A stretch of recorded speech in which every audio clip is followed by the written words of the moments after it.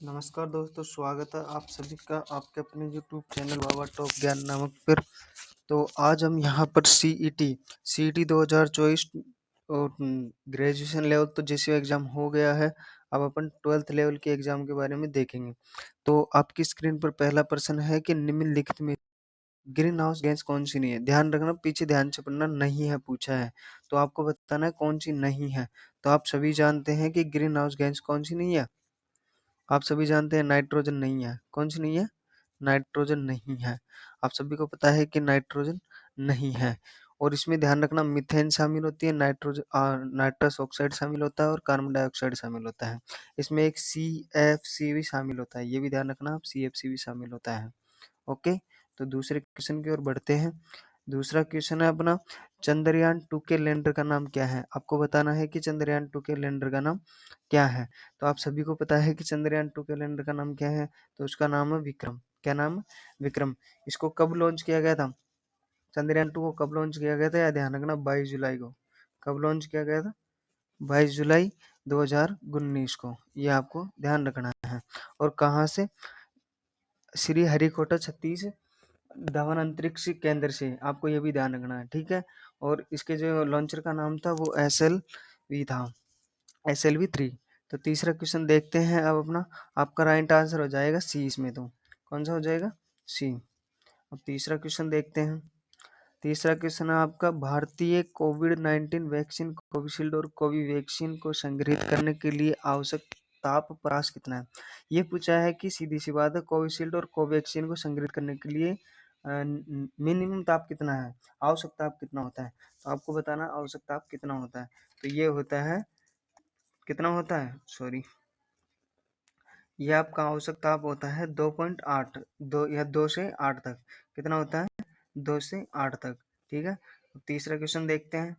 चौथा क्वेश्चन है, bullet proof jacket बनाने में सर्वाधिक सामान्य प्रयुक्त किए जाने वाला पदार्थ कौन सा है। यह आपको बताना है कि बुलेट प्रूफ जैकेट बनाने में सर्वाधिक सामान्यतः प्रयुक्त किया जाने वाला पदार्थ कौन सा है। बताइए, कमेंट करते जाइए और आप काउंट भी कर लीजिए। आप लास्ट में कमेंट में बताना कि आपके कितने सही है। तो आपका इसका राइट आंसर हो जाएगा केवेलर। क्या हो जाएगा? केवेलर। और ध्यान रखना कि केवेलर एक पेरीऑर्मिक सिंथेटिक फाइबर है। कौन सा है? पेरीऑर्मिक सिंथेटिक फाइबर है। अगले क्वेश्चन की ओर बढ़ते हैं। पांचवा क्वेश्चन है, पूसा सिंधु गंगा। क्या पूछ रहा है?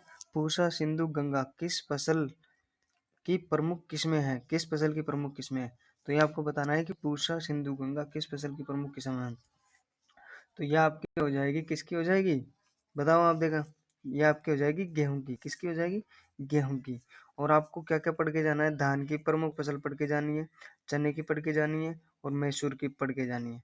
किसकी पढ़ के जानी है? धान, चने और मैसूर की। इसमें आपका राइट आंसर हो जाएगा डी। इसमें डी राइट आंसर हो जाएगा आपको।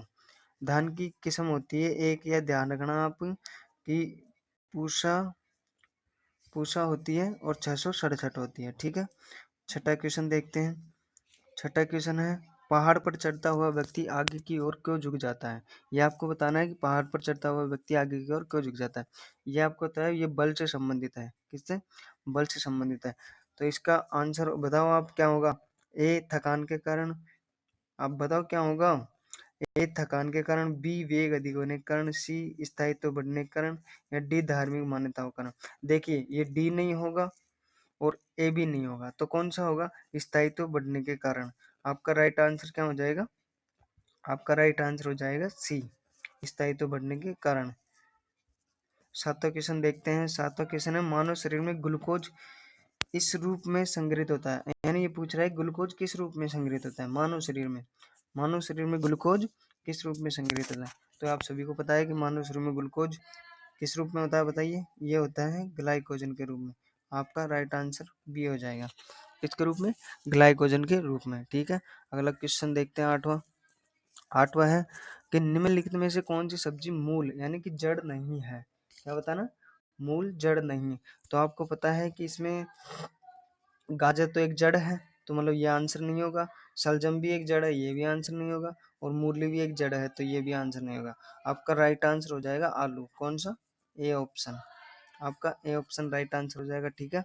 आगे देखते हैं 9वां क्वेश्चन, विद्युत प्रतिरोध की इकाई क्या होती है? आपको बताना है कि प्रतिरोध की इकाई, सीधी सी बात पूछा है कि प्रतिरोध का प्रतीक पूछा है, मतलब प्रतिरोध की इकाई पूछी है, तो आपको बताइए प्रतिरोध की इकाई क्या होती है? प्रतिरोध की इकाई होती है ओम। क्या होती है? ओम। और दोस्तों अगर वीडियो आपको अच्छा लगे, थोड़ा भी लगे कि इसमें क्वेश्चन लेवल के हैं, तो आप चैनल को प्लीज सब्सक्राइब कर दीजिएगा, ठीक है। ओम होता है, ये वोल्ट विभवांतर का होता है, एम्पायर होता है, कूलाम होता है, ये आपको पढ़ के जाने हैं, चार ऑप्शन कुल मिला के, और इसका राइट आंसर आपका हो जाएगा डी। राइट आंसर डी हो जाएगा, ठीक है। 10वां क्वेश्चन देखते हैं दोस्तों। 10वां क्वेश्चन है, निम्न में से कौन सा रसायन एलर्जी क्रिया के दौरान मुक्त होता है? ये आपको बताना है कौन सा रसायन है जो एलर्जी क्रिया के दौरान मुक्त होता है। तो इसमें आपका कौन सा आंसर सही हो जाएगा? साइंस वालों बताओ। इसमें हो जाएगा आपका हिस्टामिन। कौन सा हो जाएगा? हिस्टामिन, बी ऑप्शन राइट हो जाएगा, ठीक है। अगला 11वां क्वेश्चन देखते हैं। भारतीय अंतरिक्ष अनुसंधान संगठन इसरो की स्थापना कब हुई है? ये आपसे पूछ रहा है कि इसरो की स्थापना कब हुई थी? तो आपको बताना है इसरो की स्थापना कब हुई थी। 11वें में बताओ कब हुई थी। तो इसमें आपका राइट आंसर हो जाएगा 15 अगस्त 1969 को। कब हुई थी? 15 अगस्त 1969, डी ऑप्शन इज राइट, ठीक है। और आपको ये भी ध्यान रखना है कि प्रथम उपग्रह था अपना आर्यभट्ट। कौन सा था प्रथम उपग्रह? आर्यभट्ट। आर्यभट्ट प्रथम उपग्रह था और उसको 1975 में लॉन्च किया गया था। 1975 में लॉन्च किया गया था, ठीक है। 12वां क्वेश्चन देखते हैं। डीएनए फिंगरप्रिंट तकनीक किसके द्वारा विकसित की गई? आपको साइंटिफिक का नाम पूछा है, यानी वैज्ञानिक का नाम पूछा है कि डीएनए फिंगरप्रिंटिंग की तकनीक जो है उसका आविष्कार किसने किया था? तो इसको आपको पता ही है। इसका राइट आंसर हो जाएगा आपका A option, Alex Jeffrey and सहयोगी।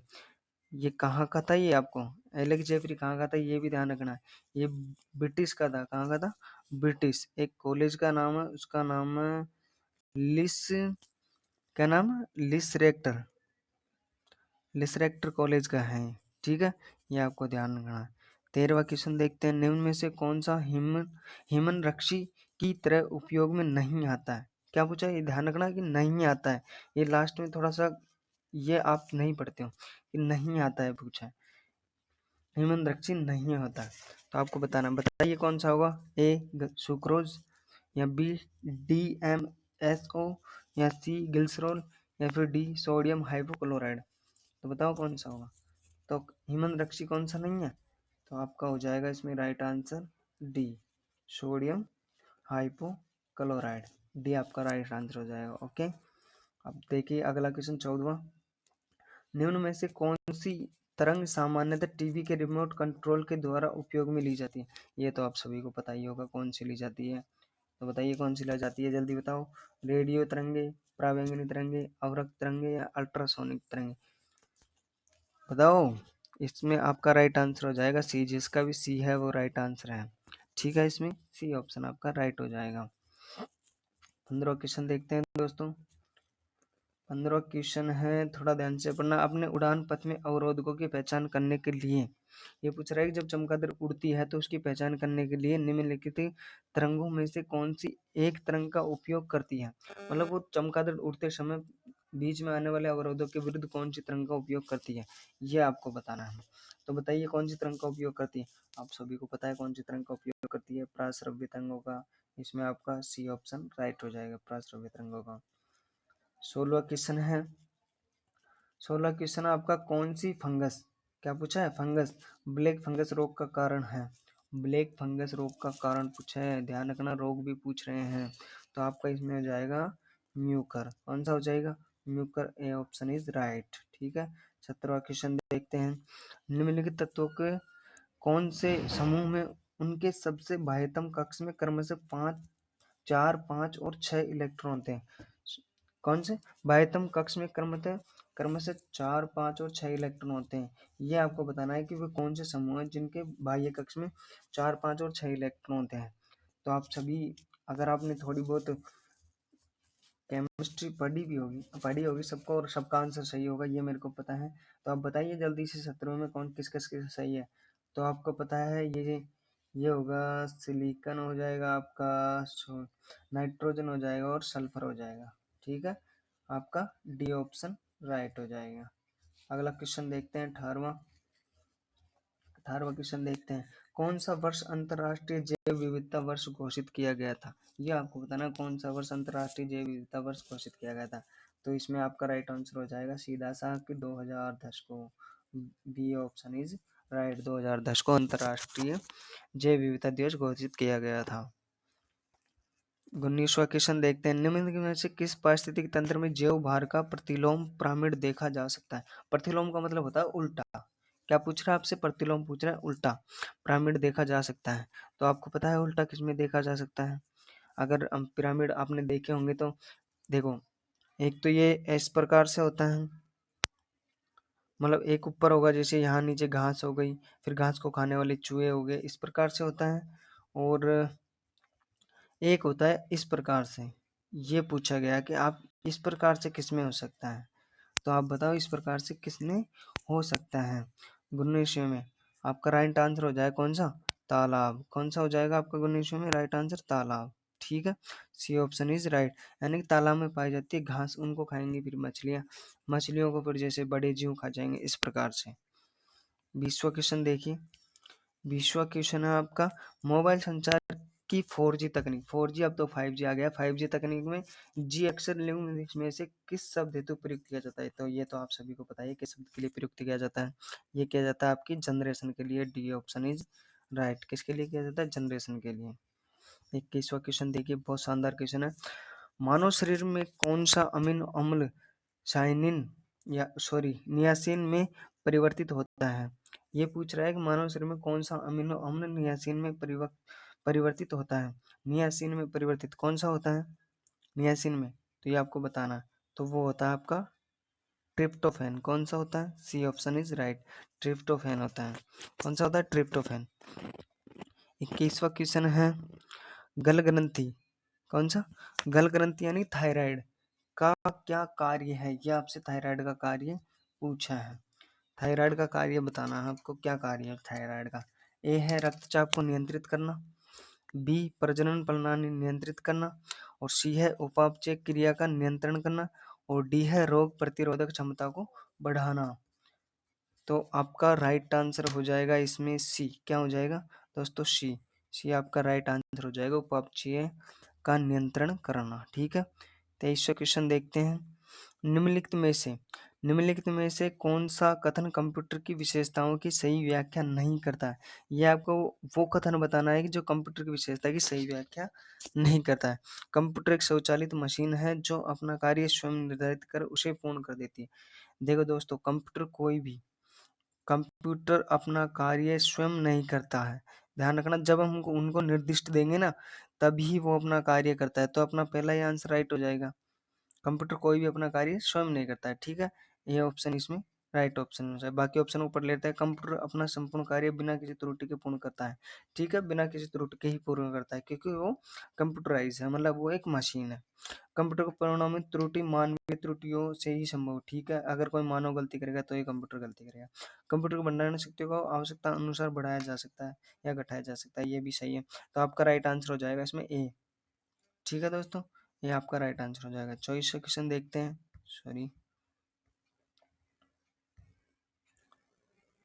24वां क्वेश्चन देखते हैं। देखो, 24वें क्वेश्चन में आपको मिलान करना है, सही विकल्प बताइए। यानी कि आपको मिलान करना है, क्या करना है? मिलान करना है। तो आपको मिलान करके बताना है कि किसकी यूनिट क्या होती है, प्रोसेसर की, भंडारण की और सुपर कंप्यूटर की। यह आपको यूनिट बतानी है। तो आपको पता ही है प्रोसेसर की यूनिट क्या होती है, आप सबको पता है प्रोसेसर की यूनिट क्या होती है। बताइए आपको प्रोसेसर की यूनिट क्या होती है, पता है ना? आपको पता है भंडारण की तो बाइट होती है, ठीक है, और प्रोसेसर की होती है हर्ट्ज, और अपनी सुपर कंप्यूटर की होती है फ्लॉप्स। तो आप देख लो, ए के साथ क्या आना चाहिए? 2, ए के साथ 2, बी के साथ आना चाहिए आपका 1, और सी के साथ आना चाहिए 3। तो जिसमें भी ये हो वो राइट आंसर हो जाएगा। एक के साथ 2, एक ही ऑप्शन हमारा है, तो बी ऑप्शन इज राइट हो जाएगा। कौन सा हो जाएगा? बी ऑप्शन इज राइट हो जाएगा। ठीक है दोस्तों, आगे बढ़ते हैं 25वें क्वेश्चन की तरफ। क्यू आर कोड, यानी कि जो क्यू आर कोड अपन यूज करते हैं उसकी फुल फॉर्म पूछी है आपसे, सीधी सी बात है, क्यू आर कोड की फुल फॉर्म आपसे पूछी गई है। तो आपको बताना क्यू आर कोड की फुल फॉर्म क्या है। तो इसका आंसर आपका हो जाएगा क्विक रेस्पॉन्स कोड। ये ध्यान रखना दोस्तों, ये आने लायक क्वेश्चन है सारे, इसमें से आपको जरूर मिलेंगे। आप एग्जाम दे के आने के बाद यहाँ आके मुझे बताना किसके कितने आए इसमें से। तो आपका सी ऑप्शन भी राइट हो जाएगा इसमें से, ठीक है। सी ऑप्शन हो जाएगा, राइट हो जाएगा, क्विक रेस्पॉन्स कोड। और दोस्तों ऐसी ही वीडियो इस चैनल पर आपको डेली मिलती रहेगी, तो इसके लिए प्लीज़ चैनल को सब्सक्राइब कर लीजिए। 26वां क्वेश्चन देखिए। 26वां क्वेश्चन है यूनिक्स ऑपरेटिंग सिस्टम है। ये पूछा है कि यूनिक्स ऑपरेटिंग सिस्टम क्या है। तो आपको बताना है क्या ये मल्टीपल यूजर है, आपको बताना है मल्टीपल यूजर है या फिर रियल टाइम प्रोसेसिंग है, या सिंगल यूजर है, या सिंगल टास्किंग है। क्या बताना है आपको, ये बताना है कि यूनिक्स ऑपरेटिंग सिस्टम क्या है। तो इसमें आपका राइट आंसर हो जाएगा, वो हो जाएगा मल्टी यूजर। क्या है ये, एक मल्टी यूजर है। A option is right, multi user है, ठीक है। अगले क्वेश्चन की ओर बढ़ते हैं। 27वां क्वेश्चन। 27वां क्वेश्चन है कंप्यूटर सिस्टम का वह भाग जिसे कोई छू नहीं सकता। ये तो आप सभी को पता है, कंप्यूटर के किस भाग को छू नहीं सकते। देखो अपन प्रिंटर को छू सकते हैं तो ये भी गलत हो जाएगा, माउस को छू सकते हैं ये भी गलत हो जाएगा, मॉनिटर को भी छू सकते हैं ये भी गलत हो जाएगा। तो आपका राइट आंसर हो जाएगा सी। कौन सा हो जाएगा, सी। सॉफ्टवेयर अंदर होते हैं तो उनको नहीं छू सकते, ठीक है। अगला क्वेश्चन देखते हैं। 28वां क्वेश्चन। विंडोज में स्टार्ट बटन के बारे में सत्य कथन है। ये आपको बताना है कि विंडोज में जो स्टार्ट बटन होता है वो क्या कार्य करता है, यानी क्या क्या कार्य कर सकता है, या फिर सत्य कथन कौन सा है इसमें से। 28वें में देखते हैं। तो आपका है पहला, तो देखो इनको पढ़ लेना कि पहला है एप्लीकेशन को लॉन्च करने में। विंडोज में जो स्टार्ट बटन होता है वो क्या काम करता है, एप्लीकेशन को लॉन्च करने में। और दूसरा है आपका डिवाइस सेटिंग। तो आपको बताना है कौन सा कथन सत्य है। तो देखो ये लॉन्च करने में भी काम आता है और डिवाइस सेटिंग में भी काम आता है। तो ये दोनों किसमें है, तो दोनों आपके सी में। तो सी ऑप्शन इज राइट हो जाएगा आपका, सी ऑप्शन। अगला क्वेश्चन देखते हैं। 29, 29वां क्वेश्चन देखो। विंडोज की डिस्प्ले को बड़ा करने के लिए कौन सा बटन यूज किया जाता है। आपको बताना है कि विंडोज की जो डिस्प्ले होती है उसको बड़ा करने के लिए कौन सा बटन यूज किया जाता है। आपको बताया है स्क्रॉल बार तो ऊपर नीचे करने के काम आता है, ठीक है। डाउन बटन नीचे ले जाने के लिए, मिनिमाइज होता है वो छोटा करने के लिए होता है, और आपका बड़ा करने के लिए होता है मैक्सिमाइज। आपका डी ऑप्शन इसमें राइट हो जाएगा। बड़ा क्वेश्चन, मतलब क्वेश्चन आसान था, ये तो आप सभी को पता ही है। अब देखो ये आपको बताना है कि एम एस वर्ड में कितने टेक्स्ट अलाइनमेंट होते हैं। अगर आपने एम एस वर्ड पढ़ा है तो आप बताएंगे एम एस वर्ड में कितने टेक्स्ट अलाइंट होता है। इसका आंसर आप मुझे कमेंट बॉक्स में देंगे, ठीक है। इसका आंसर आप मुझे कमेंट में दीजिए, मैं आपको वहीं बता दूंगा इसका आंसर। कमेंट कीजिए और प्लीज़ सब्सक्राइब ज़रूर कर लीजिए। आपको वीडियो अच्छी लगी हो तो प्लीज़ सब्सक्राइब ज़रूर कर लीजिए, सपोर्ट कीजिए आप। आपको ऐसी ही और शानदार वीडियो आपको मिलती रहेगी यहाँ पर। इससे भी और बढ़िया वीडियो आएगी धीरे धीरे धीरे धीरे। ये आपको मॉडल पेपर कैसा लगा इसका आप मुझे कमेंट बॉक्स में रिव्यू दीजिए प्लीज़, और सब्सक्राइब। Thank you.